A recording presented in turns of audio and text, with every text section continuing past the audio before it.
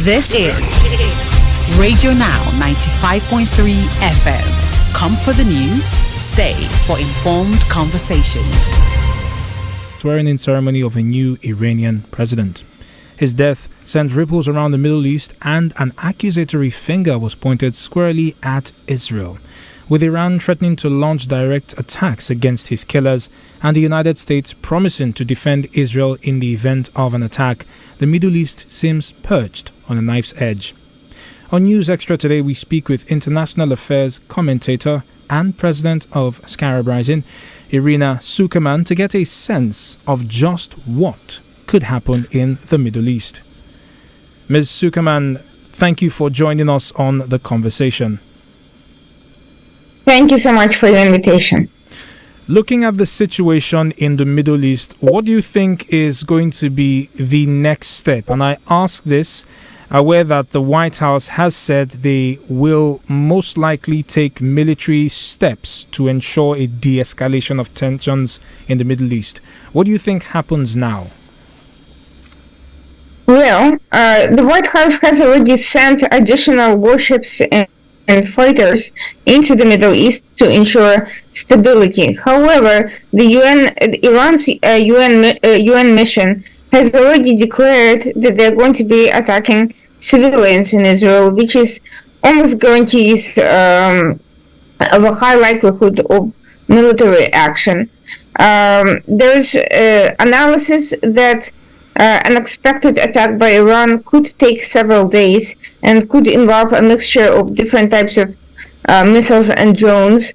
Many of these missiles would be housed in underground facilities, so it would be very difficult to detect any action before it actually started and to preempt it by disabling those missiles through some sort of cyber action and basically mooting the attack before it began. There's also discussions that such an attack would include a mixture of the IRGC, Iranian military, the conventional armed forces, as well as Hezbollah, which would be attacking from a different direction from the north and has its own arsenal of long-range missiles as well. And those two are buried deeply in populated areas, so they too would be very difficult to detect and disable before the attack began. So I think a lot of what's happening now is preparation for some sort of a combined attack,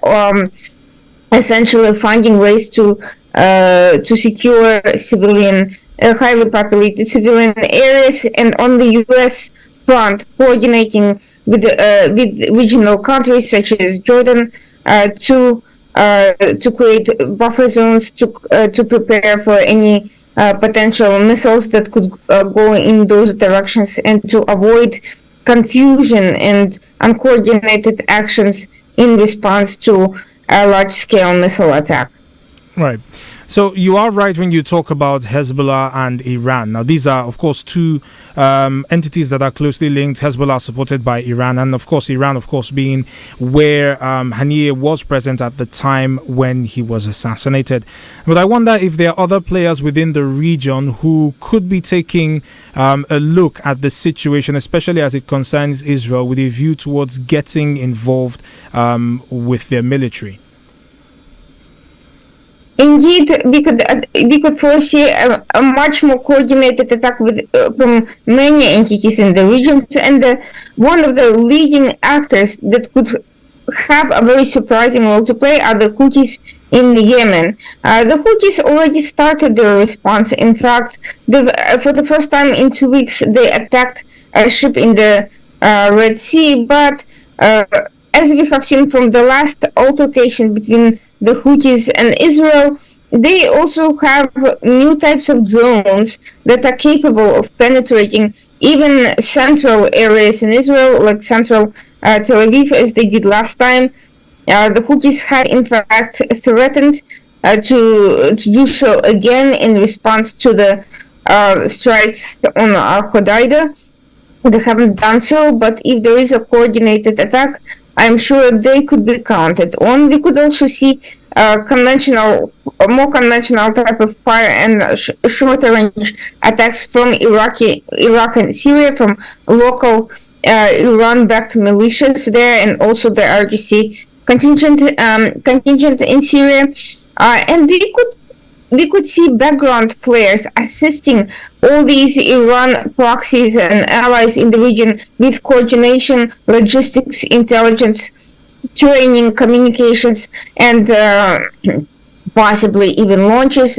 Information is now coming out that Russia's military intelligence, GRU, has been assisting Houthis with their attacks, and there's other information coming out that Russia has been advising and assisting Iran on the preparations for the attack, and there's been similar dealings with Hezbollah and even Hamas. Hamas also threatened its own direct attack.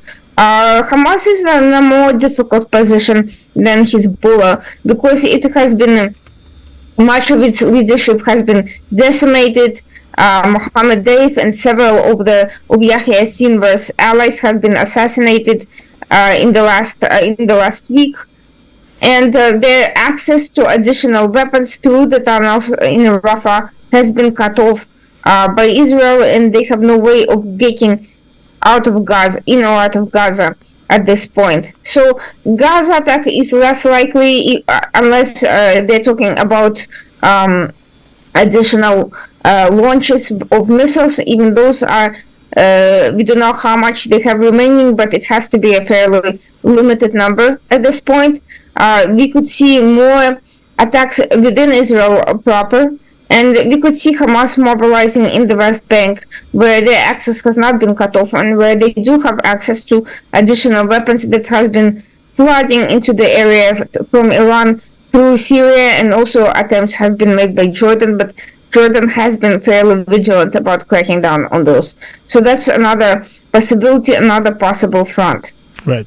So, Mr. Haniyeh, for the cost of the struggle in Gaza to him has been untold. He's lost a large part of his family. 3 of his sons were killed.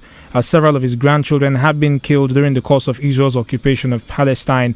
But he, up until this time, was essentially the diplomatic face of Hamas, being able to move between Turkey and Doha in Qatar to help negotiate a ceasefire, or in conversations with Hamas's ally Iran. Now, with his assassination, with his death, I wonder if you can speak to the status or the possibility of a ceasefire being agreed to at any point. Has his death actually brought the talks about a ceasefire to a stop, or is there still hope for an end to the hostilities that the Palestinian people are facing? I think it's a very funny term to call Haniyeh the diplomatic face of Hamas, given that this diplomatic face was the one who gave the green light on the October 7th terrorist attack against Israel, which caused the hostage crisis to begin with. So he was a firefighter fighting the arson of his own making, and he was the one who was actually preventing any sort of ceasefire from going through, because Hamas had rejected proposal after proposal by the US, by Israel, by Egypt, and he has avoided doing so because those hostages are the only remaining leverage Hamas has. So saying that Haniyeh was dedicated to some sort of a diplomatic solution to the crisis he created, because Hamas badly needed that leverage. It needed that leverage because of a huge economic crisis in Gaza taking place for months before October 7th. There was civil unrest in Gaza, which Hamas was unable to subdue. They've been mismanaging the humanitarian aid and the funding they were getting. There was a lot of it being diverted to operational needs rather than administrative and governance needs. So to say that Haniyeh was trying to resolve this crisis, is highly ironic, because resolving the crisis would be suicidal for Hamas. The crisis was what kept them going. The crisis, this endless form of resistance, was what gave would help Hamas recruit more and more people in Gaza, because by showing that they were rededicating themselves to fighting Israel, they were giving new blood and a redirection to the people of Gaza who were otherwise tired of the bad governance internally. So for now, Haniyeh's death, on the one hand, shows, from a military perspective, it's a huge blow to Hamas, obviously. It's a huge blow to Iran. From a political perspective, they're going to try to play it off as a continuation of this struggle against Israel, and of course they're going to now claim that negotiations are impossible. But the negotiations weren't going anywhere before Haniyeh's death either. The latest proposal, right before Haniyeh died, was again rejected by Hamas because they wanted Israel permanently out of Rafah, which means they would have had access to the tunnels or to building new tunnels, which would have allowed them to continue smuggle weapons and to renew this resistance, as they call it, this attempted terrorist attacks against Israel at some future date, which was obviously completely contradicting Israel's military goals in destroying Israel's command and control structure in Gaza. So this talk about Haniyeh's death somehow disrupting this negotiations that would otherwise have been successful is nonsense. It doesn't change anything, because Hamas is dedicated to Israel's destruction, not to diplomacy. Well, Ms. Zuckerman, thank you very much for your time and your expertise on this conversation. Irina Zuckerman is a U.S. national security lawyer and international affairs commentator.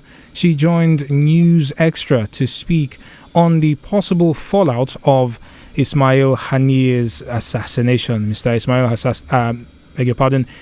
Haniyeh was killed on the 31st of July 2024 after attending the swearing-in ceremony of a new Iranian president.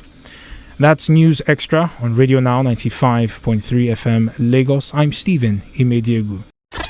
This is Radio Now 95.3 FM.